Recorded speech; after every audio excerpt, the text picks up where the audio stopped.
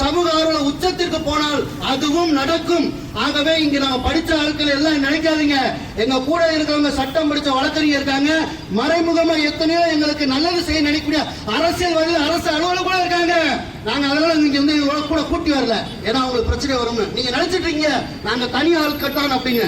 நான் வந்து அரசுக்கு சொல்ல ஒரு கோரிக்கை என்னன்னா, சமூக ஆர்வலர் சார்பாக, தமிழ்நாடு ஆட்சி ஆர்வலர் சார்பாக இங்க இப்ப கொஞ்ச நேரத்துக்கு முன்னாடி தலைமை தாங்கின திரு ஹக்கீம் அவர்கள் பேசின அத்தனை கோரிக்கைகளையும் தயவு செய்து தமிழக அரசு பரிசீலனை செய்து அதை நடைமுறைப்படுத்த வேண்டும் என்பதாக நான் கோரிக்கை வைக்கிறோம். இந்த கோரிக்கையோட விட்டுட்டு போக மாட்டோம். அதை மட்டும் வச்சுக்கங்க, இந்த கோரிக்கை நிறைவேற்றப்படவில்லை என்றால் இதை காட்டிலும் ஒரு பெரிய கண்டன ஆர்ப்பாட்டம் சென்னை தலைமைச் செயலகத்தில் வைப்போம் என்பதையும் தெரிவித்துக் கொண்டு கண்டன உரையை நிறைவு செய்கிறேன். நன்றி.